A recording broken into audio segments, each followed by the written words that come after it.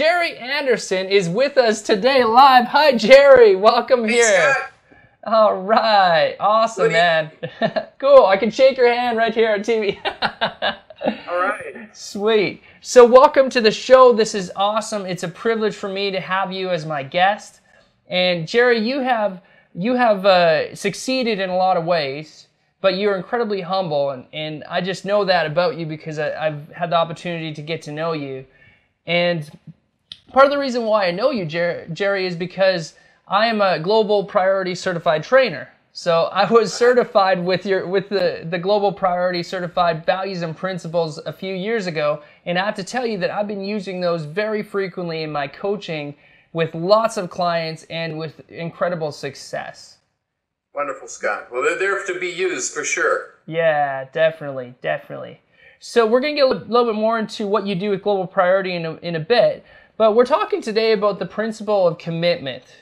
And just a little setup, you've had great successes in business and you've had some failures in business. Would you enlighten us a little bit just with your past 25 businesses you started or operated in your life?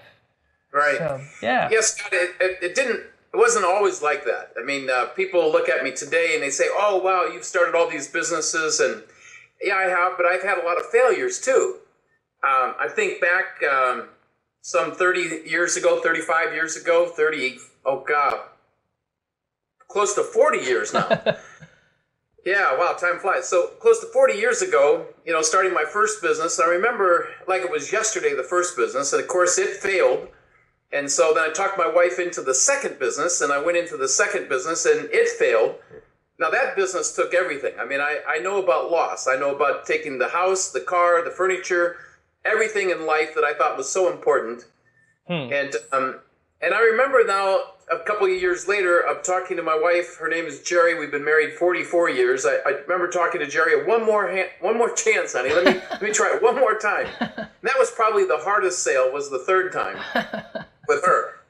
But I remember, Scott, after that business was going 3 years and it was failing also, I had all the things that I thought it took that I read about. I had commitment. You're talking about commitment? Yeah. I was committed. Yeah. I mean, I committed everything to it.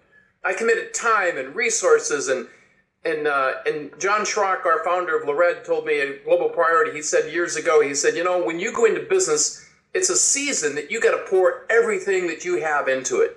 And it's a season like a farmer has. A farmer has certain seasons that he's got to pour everything he has into it, all the family has into it. It's like a harvest time. Yeah. You can't let the crops just lay on the field because, I think I'll just take off for the day and let's go to the beach. No, there's a season that you just pour everything. You're committed with everything that you have and everything you own and all the time that you have. I had that. I mean, my life was committed to that business. And then the second thing I had is I set all these goals. You were talking about goals, and I had goals. I wrote them out. If you don't write them out, of course, how do you know when you're going to get there, right? Yeah. I had the goals, and I was committed, and yet this business was failing. It's like, And to face the third failing business, my friend John Maxwell, he wrote a book a few years ago called Failing Forward. Yeah. Anybody that's going through that or just went through failure, it's a great book because it shows you that, hey, failure is, I don't want to say it's popular, but others have failed before us, and others have failed behind us. But the key is just fail forward. Fail forward, and then get yourself back up and go again. And that's what was well. Anyway, I was committed. I was pouring everything I had into it. I had so much passion for that business. So if you look at it, you'd say, wait a minute. He had passion. He had goals. He was committed. Yeah. Still wasn't. What was the difference? What did it take? Here's what it was. A friend of mine who became my mentor, his name was John Schrock, founder of Global Priority. He sent me this little book that Bernie Torrance put together, and it's, I got one right here. It's called Wisdom for Today's Leaders. And all it was is John took the book of Proverbs and he classified it like you would a newspaper. He put all the Chevrolets together, all the Fords together. I mean, he classified. If you look at Proverbs, King Solomon, the wisest man to ever live, he jumped around a lot in his verses. One verse can be talking about money, and the next verse about family. The next verse about prostitution. You know, it just Yeah. so. But Bernie Torrance, and sometime you should have him on your show. He's an incredible trainer and teacher, and you know Bernie. Yeah, for sure. He's awesome. Awesome. So he took this book and he classified all the book of Proverbs, and he sent this book to me. And so when I received it, it said wisdom for today's leaders. I want to be a leader, and I want to lead by wisdom. So I carried it in my lapel. Every time I had a problem, I would go to the index and I would look at what King Solomon said about that. So if it was money problems, I'd go to money. Wow, page 13, and there's all the things King Solomon said about money. If I was developing my employees, page 26, wow, there's what King Solomon said. So he all classified. If I had a problem, there it was. There was the answer. Awesome. Scott, maybe about a few months later, I could see some changes in my life. I could see that the things that I was pouring in my business was changing. Now, it wasn't the business was changing. This is the point I'm trying to make with everyone that's on the line tonight. My business didn't change. My employees didn't change. I had the same accountant. I had the same people that I was selling advertising to. I was in the newspaper business. Yeah. I had the same employees, the same product, same. But what did change? What changed was the leader changed from I was developing myself inside so that I knew how to be better on the outside. Awesome. And you know, John Maxwell wrote a book recently. It just came out in October, and it's called the 15 Invaluable Laws of Growth. And it's personal growth. Matter of fact, he talks about our organization in there. But growth is everything. I mean, to be a leader is great. I mean, we all want to be leaders. But before we have leader, we have to have personal growth of our own self. And that's what this was doing for me. When I started going through those principles, principles like goals, principles like attitude and hard work and dependability and responsibility, things that just made life work. Wow, I seen my wife differently. Scott, I seen my children differently, my employees. I think the biggest one was the people that I was doing business with. Doing business with car dealers. I would sell them advertising, and I'd sell them a half a page or a page advertising. And I remember my thought going into meeting with these guys was, I hope they buy today. As a matter of fact, I was reading books like Psycho-Cybernetics and all those, mind books, Think and Grow Rich. And, for sure, yeah. And, one book I read, I remember it saying, you just got to think it. So when you're making your presentation, you think, yes. And pretty soon, because you're thinking yes, he's going to say yes. Crazy stuff. Awesome. Yeah, that's great. But what started happening is I understood it wasn't about my business. Yeah. It was about his business. How can I help him and his business become successful? And when I help him become successful, that helped me become successful. My business, my life totally changed, Scott. Matter of fact, I got 5 or 6 other business guys that was going through some struggles, and I said, listen, I don't want to seem like a good businessman. I want to be one. That's awesome. And would join me, and every Friday morning we would get together for 1 hour. It wasn't a Bible study. It wasn't a prayer meeting. It was we got together to talk about values and principles in our lives that could help us become a better business person. Awesome. Totally changed. My company went from this to this. We went, Scott, to a 40% profit margin. I'd like to have that again today. Awesome. I believe God was just putting his arms around me and say, okay, now I'm going to blush your socks off just to show you that you're on the right track. Now, that was nearly 40 years ago. And now I can say that I look back at that time, and that was the time that all the things started to work that I had in place. I had commitment in place. I had goals in place. And that's when things just started popping. It was like pop here and pop there. We went from a little company to a mid-sized company. We grew all over California from like maybe a dozen employees to 150 employees. And then a company from France came and bought it. And that's when, as you know, my story, I moved, I looked at, okay, what's next, God? And I felt like I was supposed to be closer to my mentor. So I moved from California to here in Ohio. And so anyway, the rest is history. But, awesome. It is wonderful.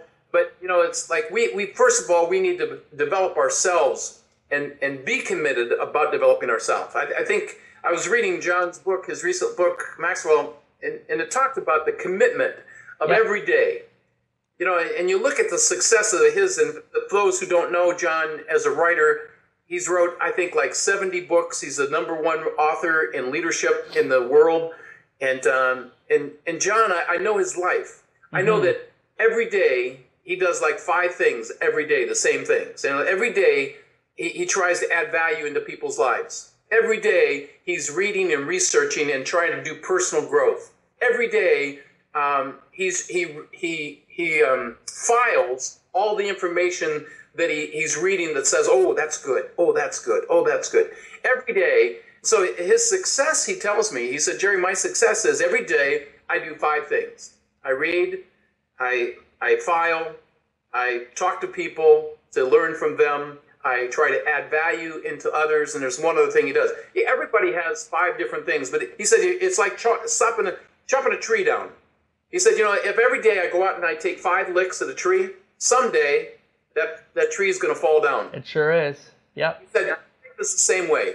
He said, if I make a decision every day, I'm going to take 5 things that I'm going to do it right, that's going to help me develop into the person that I want to be, that I'm committed to that I'm just not going to start it, but I'm committed. And I love this time of year, Scott. You know, this time of year, I like to take a yellow pad like this, a legal size pad. I've been doing it for 20 years. I take a legal size pad, and I take 3 pages. Okay. The first page is business. And I write all the things down that I want to see accomplished in 2013, maybe some things that didn't get done in 2012, and some things that I want to see get done in 2013. Awesome. What I found about that, if I don't put it down in writing, good chance it's not going to happen. Then I take the second page and I write down what I want to do with my family in 2013. My wife and I's relationship, what are things that we didn't do last year that I missed out on, that I see maybe lacking in my life, my personal things with my family, my children, my grandchildren. What are things that I can pour into their life? How can I add value into my family? And then the third one is what has God called me for to do in 2013 that I didn't do in 2012 and the years before? That's great. 2013 for me is important, so I want to write down those 3 things. I want to write down what I want to do in business, what I want to do with my family, and what God has intended to me to do. I'm just going to pause you there. That's so powerful. So, you know, how wise that is to take a sheet of paper and, you know, for you, they're watching. You know, maybe this is a perfect time of year. It's for you to be watching that and just take the 3 sheets. What a great plan to set that as a course of action. I have a conversation every single year with I have some clients, Jerry, that are with me consistently, and year after year we do the New Year's call. The New Year's call is always kind of like, you know, okay, let's frame what we're gonna do for the year. Let's set some targets. And I'm not a huge fan of SMART goals, but they work. There's another technique that I think is better, but we're not going to get into that at the moment. So what if you actually did some of this stuff earlier than the year? Would that work? Is that why you do it earlier than the beginning of the year?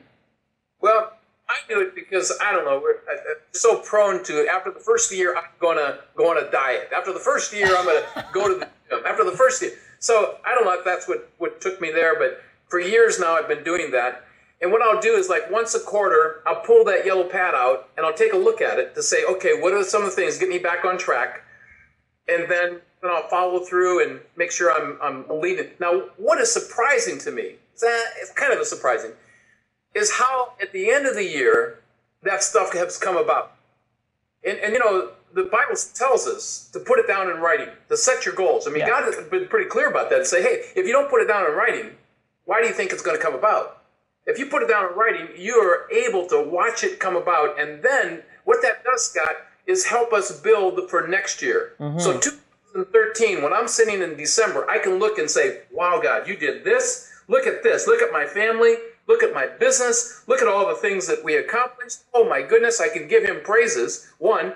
2, it builds my character. It builds my faith for 2014. 14 then that, wow, look what I did now in 13. Look at what I can do in 4. I can put that in down paper. So I am building for the future. Awesome. I'm building for the future because I can look at what I said last year and what happened this year. Awesome. It's been amazing to me. That's awesome. I have a great question. I'm going to throw you with this one because I know something about your life that you might not know that I know. When I was out in Ohio, your wife told a fantastic story about something that I just thought was really enlightening. And for me, it was a story of how you stepped in and you were committed to something. And first of all, if you put 3 plugs in for John Maxwell, that means that you have to get him on the show for us. Okay. So, John, you're going to watch this, eh? And you have to get on the show. Because I'll tell him, hey, there's this show that you got to be on. It's Abundance Coaching TV. You'll love it. Awesome. You know, he may come on. It just hit me, Scott. I know how to do it. You email me. Okay. Say, I want you to do this because he's looking for coaches. Because you talked about legacy. Yeah. That for him to be successful in his life, it's to leave a legacy. Now, how can a guy like John Maxwell leave a legacy? Yeah. It'll be coaches like you and coaches that like you have on your show that says, wait a minute, I'm a John Maxwell coach, that he could die tomorrow, but his stuff will go on. Yeah. So, you know what? He may come on just for that reason. Awesome. So, hey, I'm going to talk to him. All right. Fantastic. Very cool. So stay tuned, everybody. John Maxwell's coming on. Jerry said. And night he's going to be on, so don't miss one. That's right. Yes. Make everyone. Awesome. So my story that I know about you is that you were committed to buying a jet and to also buying an upgraded jet and to also getting your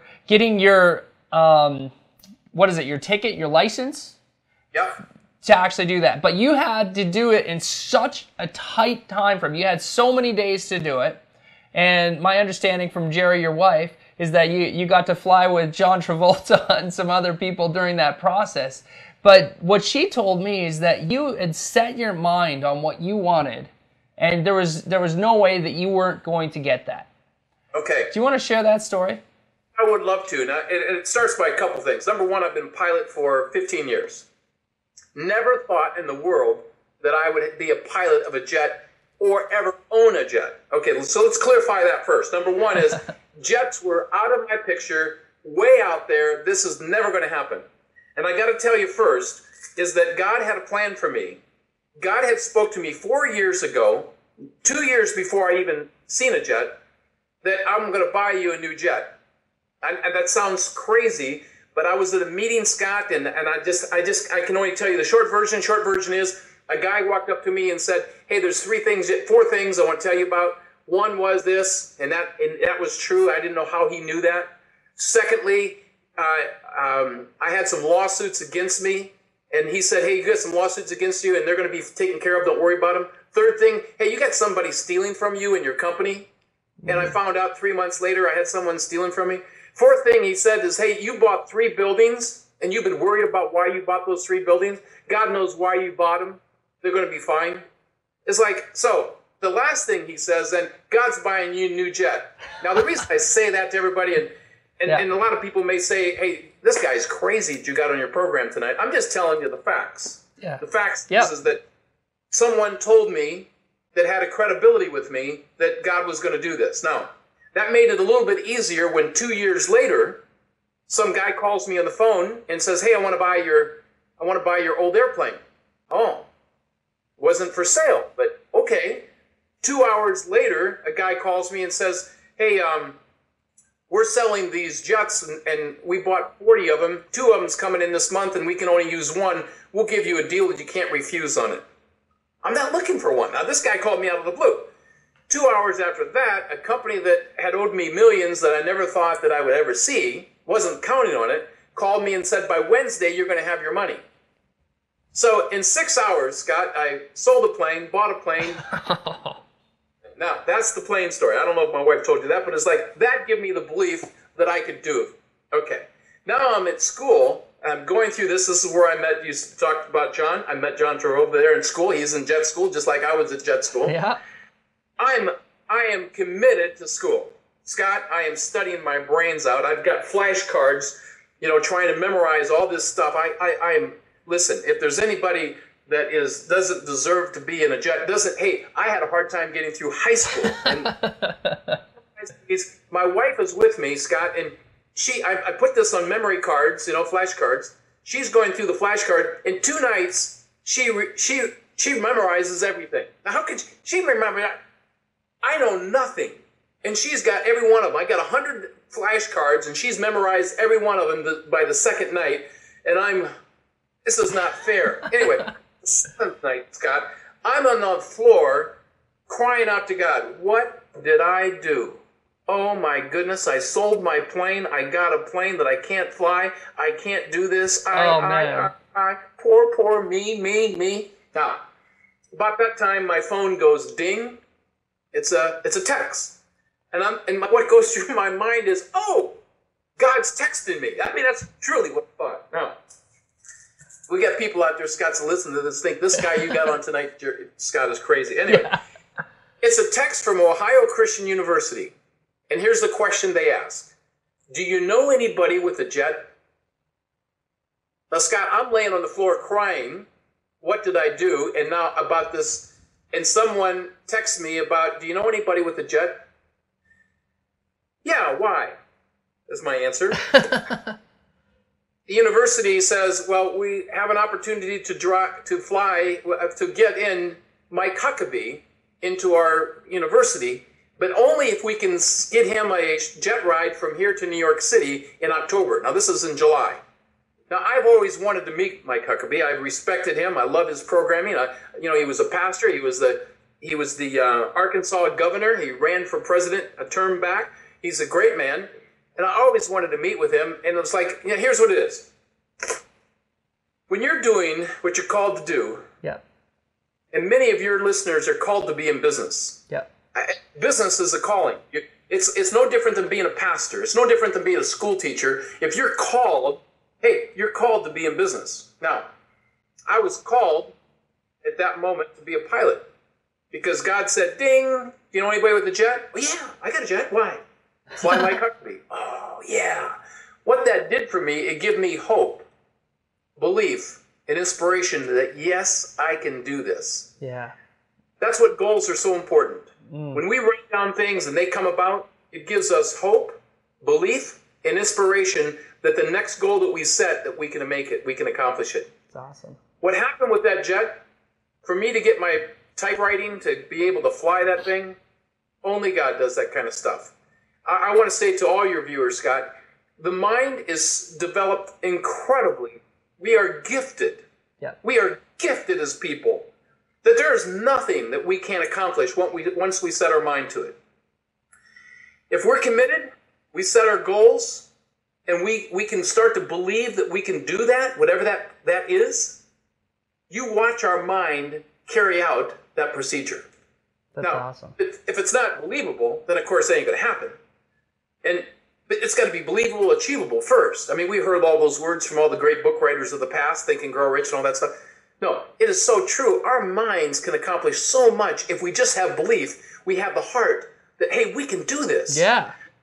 Well, one of the things, Scott, I think in the United States that I'm working on, we can't wait for Washington to make a change in our nation. Yeah. We expect the Democrats to do it, the Republicans to do it. No, we got to do it.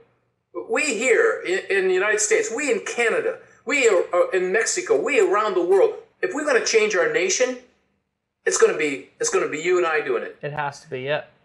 I think about, what do you have in your hands right now? What do you have in your hands that can make a difference and add value into others? What do you have in your hands that you can use?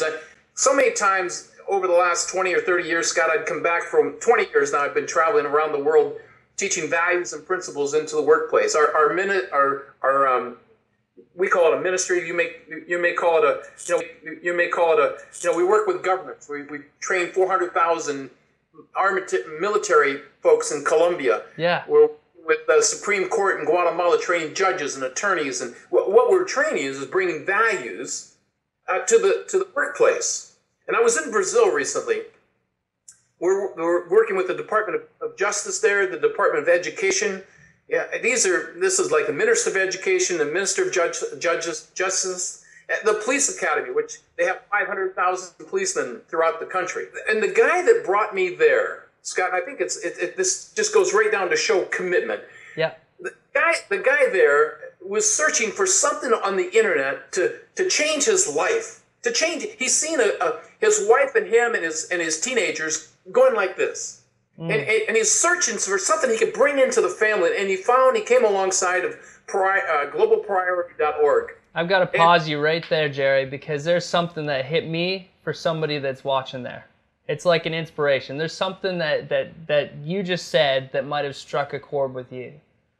You know, is there something that just you need to confess for yourself, that you're searching for your family? Like when you said that it's just that motion, whatever it is, if this is family for you, that there's like, you know, it was over here and it's going this way and you're in a searching mode, I think that what you're about to say, Jerry, can really impact somebody over there. So yeah, that just came out. Go for it. Yeah. Oh, so and he gets online, he gets this stuff and he prints it out. Now I think it's in Spanish what he prints out. So now he's got to take it to Portuguese. So he really works hard on doing translation. And he has some other people helping him. So he gets it translated. And now he takes it to his family. 1 hour a week, he meets with his wife and his teenagers. And he starts to see transformation. He starts to see change. He sees change in his wife. And they've been married for 30 years, 25 years. And he sees change in her to the best. He sees change in his teenagers. And he sees the growth in his own life. He decides, wait a minute, I want to take other family members, aunts, uncles, cousins, neighbors, business associates, and he starts to see change and transformation take place in these people's lives. And he gets online and he meets the president of our organization in Colombia. His name is Jesus Ortiz. Jesus is a businessman. He tells him, and they start meeting like this once a week on Skype. And Jesus starts to tell him what's happened in the last 20 years in Colombia, that many businesses across the Colombia is using Global Priority, that the government's using Global Priority, and the educators are, you know, he's training young people in schools with Global Priority. And so this guy says, you know what? I'm going to change Brazil. All right. So he goes and he meets with the Department of Justice. He meets with the Minister of Education. How does he get in front of these people? I don't know. He gets in front of them, tells them about this organization, Global Priority. He gets in front of the department that cleans up, audits all the other departments, audits the education, audits the military, makes sure there's no corruption. Calls Jesus, hey, listen, I've got meetings set up for these departments. Would you come? So Jesus says, Jerry, would you go? Yeah, we'll go. So I thought I'd go to Colombia first. Now, Scott, I'm in Colombia. The day before we go to Brazil, we get a call from the guy from Brazil, and the guy says, hey, you need to rent a car because I don't have a car when you get here. Oh. Matter of fact, I don't have a driver's license. Oh.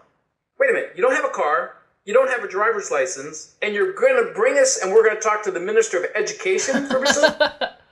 This guy was some big... He had courage, man. No, we get there, and sure enough, he doesn't have a car. We have to get a car. We have to get a driver. But he put us in front of these people, just like he said, and every one of those said, wow, this is what our country needs. We need values in our classrooms. Our kids are not getting values. We need attitude, hard work, dependability, responsibility. We need it in the workplace. Before we left there, we did a seminar for the police academy, and they wanted to look at it so they could take it to every police officer throughout the country, 500,000. We did it for the Department of Justice. They had 3,300 employees. Wow. And they said, last month, we've been looking for something like this. This is incredible that you're here.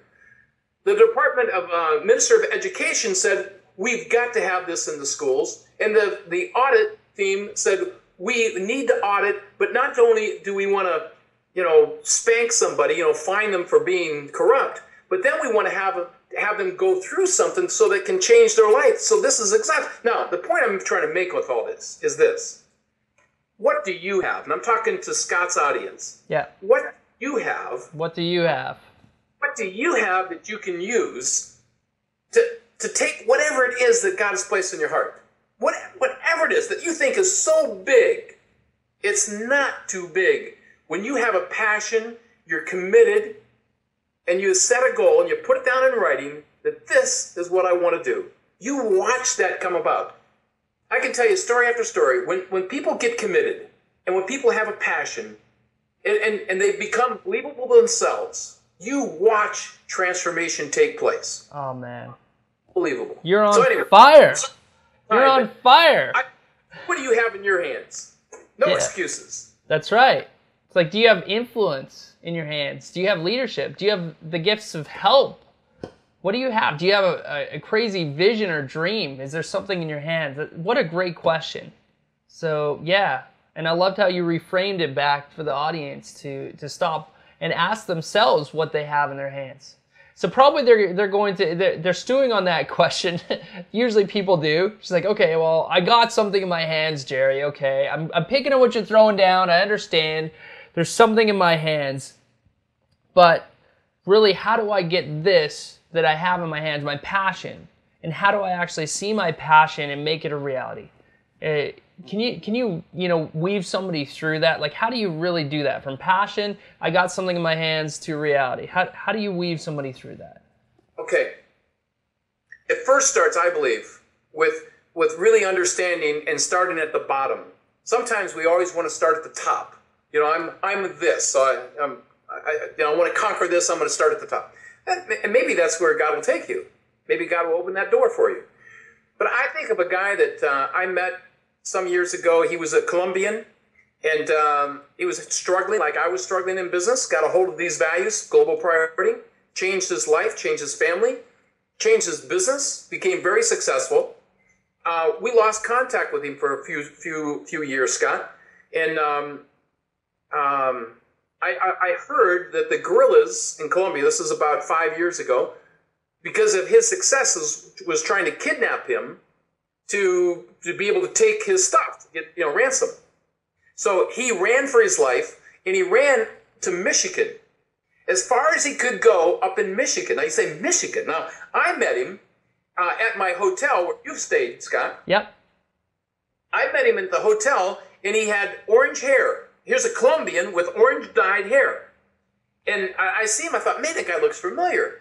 And he comes over, he said, you don't remember me, do you? And I said, no. He said, I was the president of Lorette in Colombia years ago. Wow, Carlos. Well, tell me your story. Okay. He has nothing but a clipboard when he's in Michigan. Mm-hmm. The green card, doesn't have much clothes. He had to flee for his life. But what he knew was that, wait a minute, I need to add value to others first. So what he did is he went into downtown, this little town, about 60,000 people, and he went into the businessman and said, how can I be of value to you? What needs is your business having? Do you have any struggles? Anything that I can pray for? Let me write down your prayer request. Now, that's the only thing he knew. So I'm saying to the point is, what do you know? Yeah. What he knew to do was to pray for others. Mm-hmm. And so he went from store to store to store to store throughout that city, getting prayer equipment. And he would go to the same store, the same day, the same hour every week. And he went and say, hey, John, I've been praying for you for this. How'd that go? Oh, wow, a miracle taken care of. And God started answering these prayers. Ah, cool. So then he went to the radio station. And he said, you know what? You guys are promoting all day long all this bad stuff on the radio. You need to hold yourself accountable to help put good stuff on the radio. So here's some principles and values from Global Priority. Put this on the radio. So they did. Awesome. Then he went to the newspaper and said, newspaper, you got all this bad news. Look at it. And he showed him every page. This is bad. This is bad. Listen, the guy can't hardly speak English, and he's telling him this. You need to put this in there, which was Global Priority, Principles of the Week. Sure. They put it in paper. Long story short, Scott, this guy, because of his passion for making change, is changing a city. He asked Global Priority to come up January the 13th, I think it is, the coming year, January 13th, to speak to the school board of all that area to bring Global Priorities product to junior high, antivirus, to the public schools. Awesome. This is going to change the Michigan schools, and he's Colombian, can't hardly speak the language, but he's got a goal of changing his environment. And and the point I'm trying to make is he's doing the only thing he knows. He knows that prayer works, I'll do that. He knows that going out and talking to people, I'll do that. I know that I can go to the radio station and say, hey, you ought to do that. I mean, he's just doing the thing but just being bold about it. So my answer to that, short answer to that long answer that I just gave, is what do you know? Yeah. That's the key. Most people know what to do. They just don't do it. Awesome. That's so cool. Well, Jerry, we could speak for hours, but we have to wrap up. I have another guest, as you know, Dr. Dave, that's going to come on. I want to really just give you an opportunity to just share about Global Priority and share some of the things that are really on your heart and some of the missions that you guys have. I know a lot of people from Global Priorities are on the line right now and maybe watching a little bit later. And also for the other people that are watching here, you need to know about Global Priorities. I know for myself that I went to take the training because I just wanted an extra tool in my repertoire, because I think that as a coach, I need to be equipped. Because people are coming to me with all kinds of problems, all kinds of situations, and it's not just that I don't have any passion and direction. No, these problems and situations are like, listen, I don't have direction, I don't have anything. And they feel like really low, or else there's big time crises going on in their life. And values and principles are what can help you wind yourself through those different things. And I needed another tool, and I ended up finding 40 to add. And many of my clients that watch this show regularly, you know that I love the tool boundaries, because that's just absolute. When you understand boundaries and the knowledge of being able to set boundaries, that's just a phenomenal tool, because then you all of a sudden realize, just like, oh, well, somebody stepped over my boundary. I just had a conversation, Jerry, yesterday with a client, and we talked about boundaries. And you know, if a boundary's over here and you know that you clearly set it, then you know why it is that you feel off, and you know how to stop whatever it is from continuing on. So the values and principles are huge, but I want to give you an opportunity to share what's on your heart. You told me a little bit about what it is with antivirus, but go for it. Tell the audience what's on your heart with Global Priorities. Sure. Well, Scott, as I mentioned, 20 years ago, I was conformed, changed, transformed into knowing and understanding that I need to change this first. I need to develop my character. And that's what I love about your program. That's what I love about what you do, Scott, personally, is because you're adding value to people all the time. That's what you do. If I think of Scott, I think, Scott, he adds value to others. So thanks, man. To add value to others, we need to be the best that we can be first. And what I learned was that I needed to start with me. So Global Priority is a free, where you can go online, it's globalpriority.org or .info, either one. And every week there comes a principle. And the way that principle works, maybe it's on goals, maybe it's on attitude or hard work or savings or whatever it may be. There's 40, like Scott said. It's 1 hour a week with 5, 6, 7, 8 different people. You know, people like in your family or your business associates, or I've done it with my grandchildren. I've done it with my children. I've done it with business associates. I've done it with my employees. We make it mandatory in our company. We've got, my daughter's running one of our companies, 500-600 people, and she's made it mandatory that every employee 1 hour a week goes through this. And it's small groups, 8 to 10 people, and it's 1 hour. It's where they talk about it, and they learn about the principle, and then once they understand what the principle is about, what's the benefit? Why would I want that principle in my life? And then the characteristics of that principle. That is, like, who do I know that already has this principle? You know, like maybe they think in life, you say, who did you know had a great attitude that you want to be like? And your mind starts thinking, oh, my grandmother. My grandmother had a great attitude, regardless. So they got to face with what attitude looks like. And then, how do you rate yourself? So every week I'm rating myself on a principle. I'm a 4, and I'm terrible at this. I got a terrible attitude, or I'm a 7, whatever it is, it is. But then how can I increase that 7 to an 8? What am I Yeah. going to do this week? That's holding each other accountable. That's what I love about coaching, is that a coach is holding people accountable. That helps us. I mean, it's like having a workout guy with you. You know, it's, if you want to accomplish great things, you know, get yourself somebody to work out with you, or someone that's an instructor. That's when you really start growing. Yeah. Coaching, you know, when you get a coach that's saying, hey, pay attention here, hey, that just brings to mind to make that change. Well, that's what 1 hour a week will do, and it's free. It's online. That thing it just has. I think we're in 71 nations, is what I heard last. Bernie was telling me 71 nations, and it's with governments. We're working in Nigeria. Believe it or not, Nigeria. The president of Nigeria said we want to change from the top down. We don't want to go from the bottom up in our nation. We want to change from the top down. We're working with John Maxwell in Guatemala. Guatemala is a special nation to us. God's got it all in our minds. We want to come alongside a nation like that to bring about transformation. What if everybody in that nation, from the government to educators to business to the church to the family to the finances, to the media, all of them started thinking about values and principles and how to live and how to help each other, what could happen to a nation? Awesome. Wow. So we got a team of people that wants to come alongside nations to see if we can't add value to a nation and change it. And we can all get it free right here and hear you talk about it, Scott. Oh, man, that's so awesome.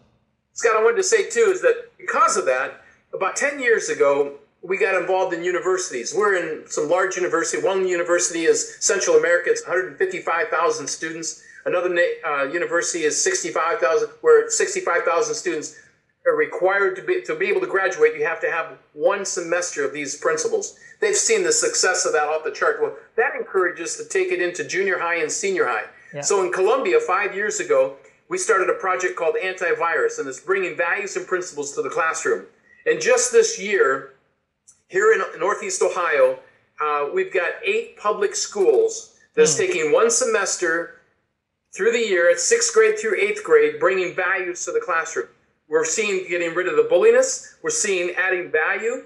We're seeing respect from the student to student, respect from student to teacher. And, you know, it's what we need in the nation. And so if there's anybody out there, any educators, hey, you know, let us know. Yeah. We want to come alongside and help others change their world, yeah. Whether it's in Canada or U.S. or Australia. We want to we want to add value to wherever they're at. Awesome. Scott, thank you for this time. It's been great to be on with you. And as I mentioned to you before, I would love my daughter to be on here, our CEO of our company. She's one of John Maxwell's coaches, and you know Dawn.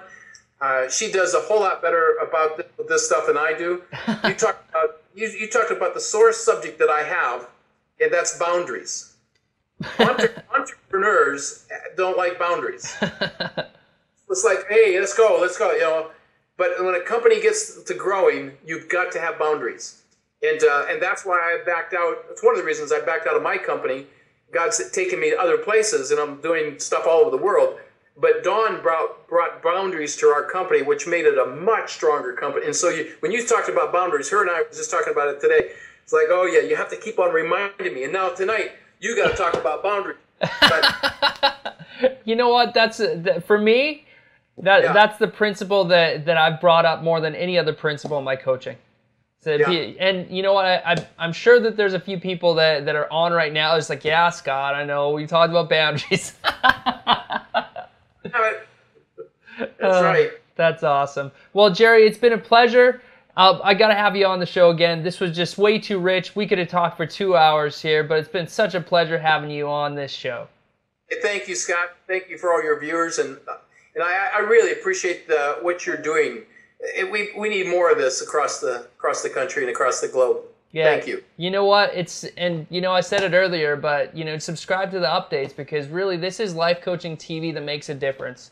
My aspiration is to interview people like Jerry on this show. Why? Because I know that coaching, and by listening to people that are mentor type people, and Jerry's that kind of person, where we can learn so much. There's a wealth of knowledge. There's a wealth of information.